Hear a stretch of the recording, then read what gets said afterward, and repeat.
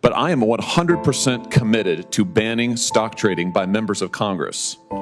So I'm not going to be dissuaded from that one way or another. And we can throw up as much chaff as you want to, but the fact of the matter is, members of Congress should not be trading stock. They should not be. Congress is a rich man's club.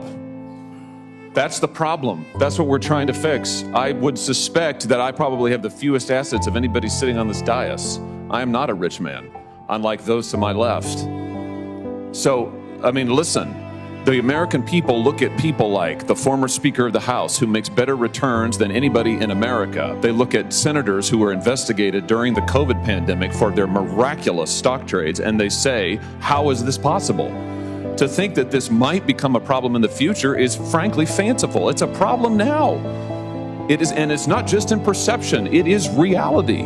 Members of Congress are trading daily based on information that the public doesn't have. And I just think that this is such a simple proposition. The American people, when I go home and I say to folks, they ask me about stock trading, here's the thing that absolutely stuns them. They can't believe that it's legal already. They can't believe we can currently do it. Most members of the public think it's already banned. And when I say actually it's 100% legal, they say why? And there's no good answer to that question. We should be here to focus on the public's business, not private gain. We shouldn't be here day trading. We shouldn't be here focusing on our stock portfolios. We should be here doing what the American people sent us to do. And that's what this bill is about. With that, I yield back, Mr. Chairman. Over the course of your career, has your husband ever made a stock purchase or sale based on information you received from you? No, absolutely not. Okay, thank you. That first debate, I'd never seen anything like it. I've never seen a white male billionaire screaming at the top of his lungs, "This whole system is rigged," he said.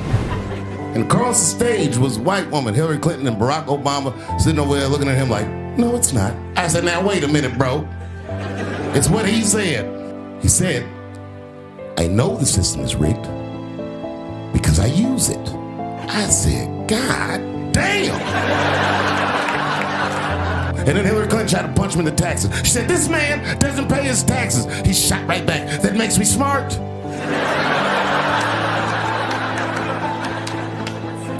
And then he said, "If you want me to pay my taxes, then change the tax code. But I know you won't, because your friends and your donors enjoy the same tax breaks that I do." Stocks. I don't know what the state of the president's, the former president's current portfolio is. Whoever is elected president would have multiple years to comply.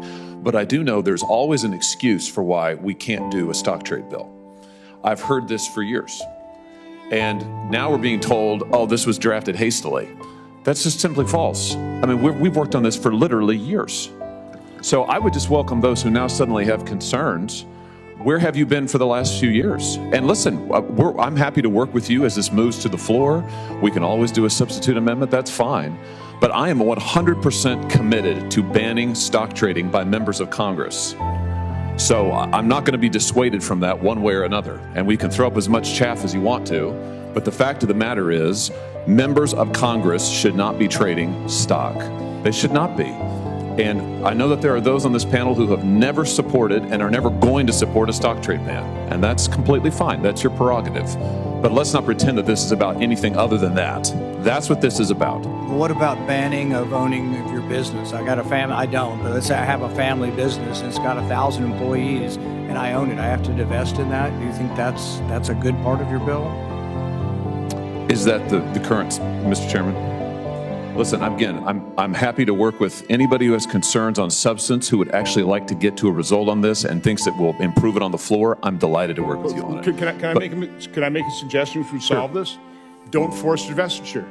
You run for office, you have a stock portfolio, that's it. Now you can't trade it.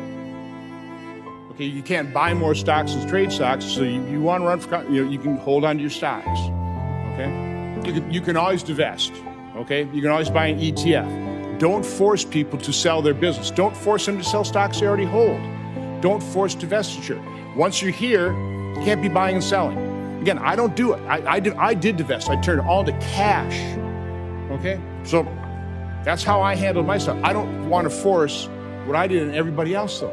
Not everybody's in my position. I don't want to turn Congress into rich man's club. And by the way, I certainly don't want to impose a self-flagellation on other branches of government. We can do this to ourselves. I don't think we should do it to the executive branch or the judicial branch.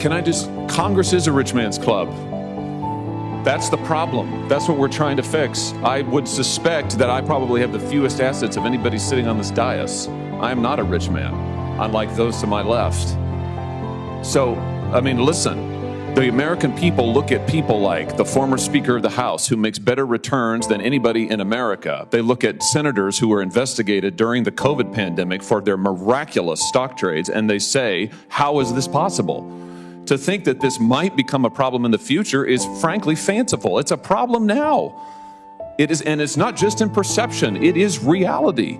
Members of Congress are trading daily based on information that the public doesn't have. And now we've heard the insider trading. I understand that insider trading is banned, but let's be honest. Members of Congress get information that is technically not insider information, as defined by the securities laws, that is nevertheless extremely beneficial to know, and often we get it earlier than other people do. That's why senators rushed to trade stock at the beginning of the pandemic and were investigated for it. Ultimately couldn't be prosecuted because technically it wasn't a violation of the securities laws. Was it a good idea? No. Should it be happening? I submit that it should not be. So again, I just want to say to anybody who would like to support this bill but says I have concerns over technical aspects of the drafting, I hear you loud and clear, and I'm happy to work with you on that. Answering your question, former President Trump owns 114 million shares of Trump Media and Technology Group Corp, worth $3.776 billion. He would be required to divest that. All right?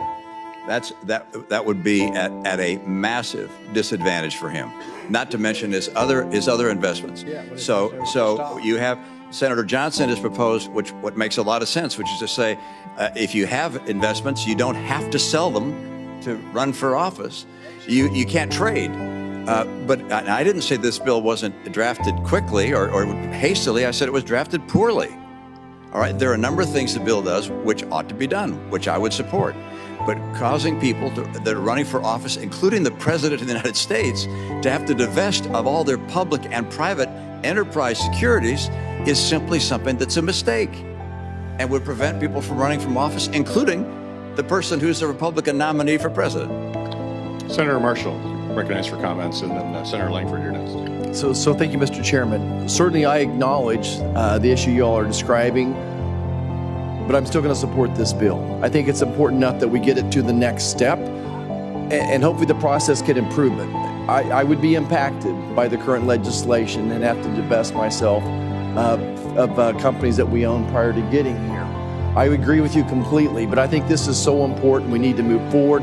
My only wish is that we would have included spouses the moment it impacts us, because that's where it's being abused, is on spouses making some of these trades. When you have hundreds of thousands of people following a spouse's member of Congress through a Twitter feed, obviously there is a problem. So I'm ready to move forward with it. Appreciate everyone's efforts on this, and yes, it's got to be amended going forward. Thank you.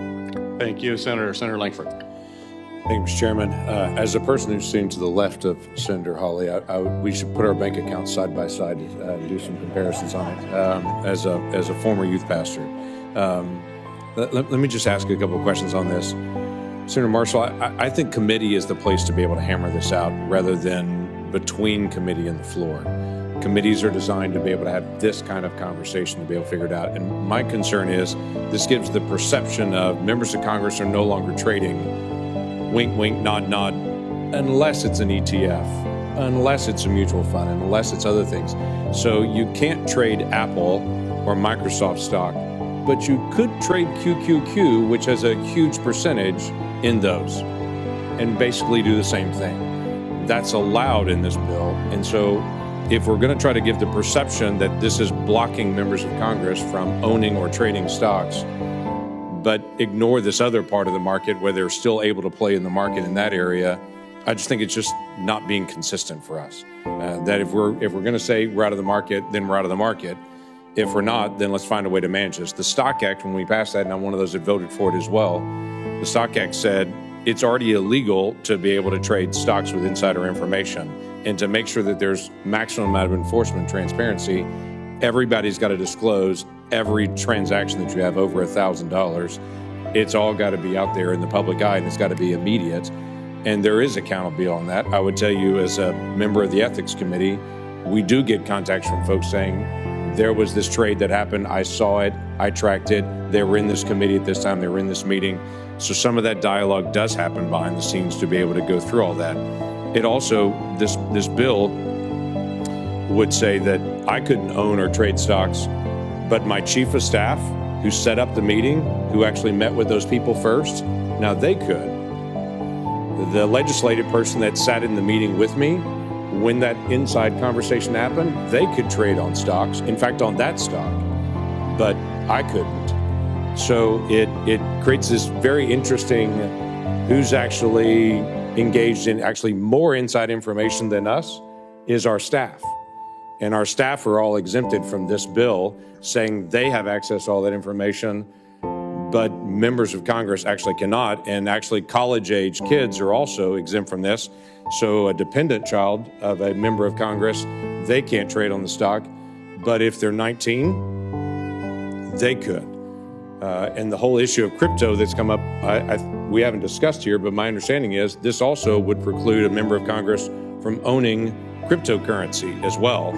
And that's a big conversation as well on the whole digital side of things that we haven't had discussion on. My issue is not this topic. I don't want anyone to be able to trade on inside information, which is already illegal. And I don't want to even create that perception of trading on that. But again, this is not trading, this is owning. And this has a lot of exceptions that are built into it that gives the perception of saying we're not involved in the market when we really are involved in the market, just in other places in the market. And oh, by the way, our staff's still involved in all that, but we're not. It just begs some questions that I think need to be answered. And I think the right place to answer it is in committee, to be able to argue through this and to be able to figure out what's the best way to write it and do it, rather than hoping it gets better when it gets. The average American household's net worth? About $121,700. The average member of Congress? Over $1 million.